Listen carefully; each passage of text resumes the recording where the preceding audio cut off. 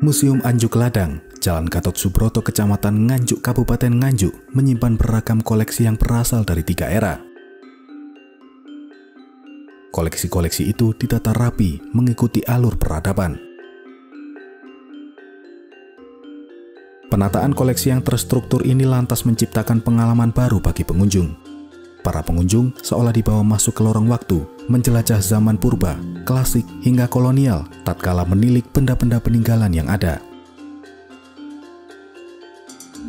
Juru pelihara atau jupel Museum Anjuk Ladang Nganjuk bernama Kasir mengatakan, totalnya ada 800 koleksi di dalam museum yang berdiri sejak tahun 1996 ini. Ratusan koleksi tersebut sebagian besar ditemukan di Kota Angin, sebutan Nganjuk.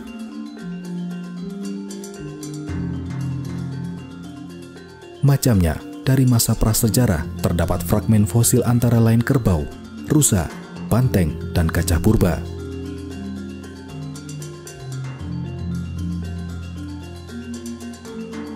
Kemudian era klasik, arca Ganesha, arca perunggu Kinari, dan arca Siwa.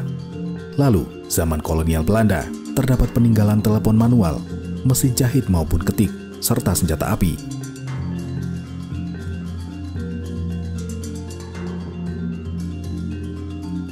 Kasir menyebut Museum Anjuk Ladang buka setiap hari, mulai Senin hingga Jumat pada pukul 8 sampai pukul 15 waktu Indonesia Barat, dan pada hari Sabtu hingga Minggu pukul 8 hingga pukul 12 waktu Indonesia Barat. Tarif masuk Museum Anjuk Ladang juga tergolong ramah di kantong. Pengunjung hanya perlu merogoh kocek Rp2.000 sampai Rp3.000 tergantung usia. Kendati dinilai naik, Dinas Kepemudaan Olahraga Kebudayaan dan Pariwisata atau Dispora Budpar Kabupaten Nganjuk terus melakukan upaya guna mendongkrak angka kunjungan. Staf Museum Anjuk Ladang, Lintang Persadaningru menjelaskan, pihaknya telah melaksanakan upaya lewat pagelaran acara. Yang belum lama ini dihelat pameran temporer jejak sejarah kerajaan yang diikuti museum daerah lain selama 3 hari. Kegiatan itu terbukti meningkatkan jumlah pengunjung pada Oktober 2024 hingga mencapai 7.000 orang. Selama beberapa tahun ini, karena di museum itu ada kegiatan rutin, itu beberapa tahun ini, alhamdulillah pengunjung kita cenderung meningkat, naik daripada tahun-tahun kemarin yang belum ada kegiatan seperti itu. Ya, paling enggak kegiatan itu bisa kita pakai untuk ajang promosi. Nyatanya alhamdulillah pengunjung kita naik. Ya, seperti itu. Itu rata-rata itu pelajar atau apa, Pak? Ada mancanegara enggak, Pak? Rata-rata pelajar, Mas. Pelajar, apalagi sekarang itu di sekolah-sekolah kan ada pelajaran P5. Itu kalau akhir semester atau setelah ulangan itu mesti banyak pengunjung yang datang kemari dalam rangka itu. Terus untuk pengunjung umum, yang umum dalam artian bukan pelajar ya, bukan mahasiswa, itu alhamdulillah juga naik walaupun hanya sedikit. Terus untuk pengunjung luar negeri, alhamdulillah ya ada beberapa kali ada. Ya. Oke.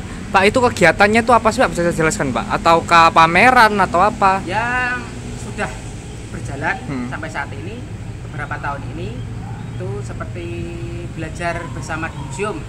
Jadi kita mengajak anak-anak sekolah yang khususnya di pinggiran, sekolah-sekolah pinggiran yang jauh dari museum, kita ajak kemari, kita ajak belajar di sini. Seperti itu namanya BBM. Yang kedua, ada museum masuk sekolah. Jadi kita membawa beberapa koleksi yang bisa mewakili, kita datang ke sekolah, kita promosi ke sekolah-sekolah. Terus yang selanjutnya itu ada pameran yang tahun ini kemarin satu bulan yang lalu kalau salah, itu ada pameran bersama. Jadi di dalam pameran itu kita mendatangkan beberapa museum daerah yang di luar Kabupaten Nganjuk. Nah, itu bisa untuk menambah referensi lah buat pengunjung kita. Pak, terkait koleksi di Museum Anjuk Ladang ini apa aja sih, Pak? Kalau ditilik dari beberapa koleksi itu dari beragam era nih, Pak. Ya. Itu gimana, Pak? Beberapa bulan yang lalu koleksi kita rolling. Jadi kita kita ganti posisi gitu aja. Ya, jadi yang awalnya dimulai dari zaman klasik, terus zaman purbanya kita di belakang, sekarang kita rolling yang mulai kita masuk di pertama kali, kita akan bertemu dengan koleksi dari zaman purba. Ya, ada fosil-fosil seperti itu. Ada fosil-fosil binatang purba, gajah purba, gading seperti itu.